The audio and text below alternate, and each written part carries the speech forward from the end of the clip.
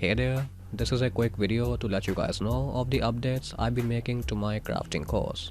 I released this course about 2 months ago on Udemy, and since then I published 3 updates. The first one was a simple update about using the items that you craft in your inventory.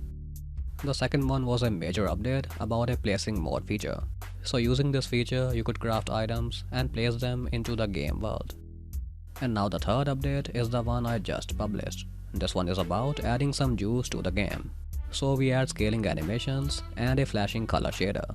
This really makes the game look and feel a lot better, especially if you do a before versus now comparison. The updates are out on Udemy, so if you have the course, you can check them out right now. If you don't have the course and wanna check it out, then click on this video or check the link in the description. The link will include a limited discount coupon. Thanks a lot for watching, and I'll see you in the next video.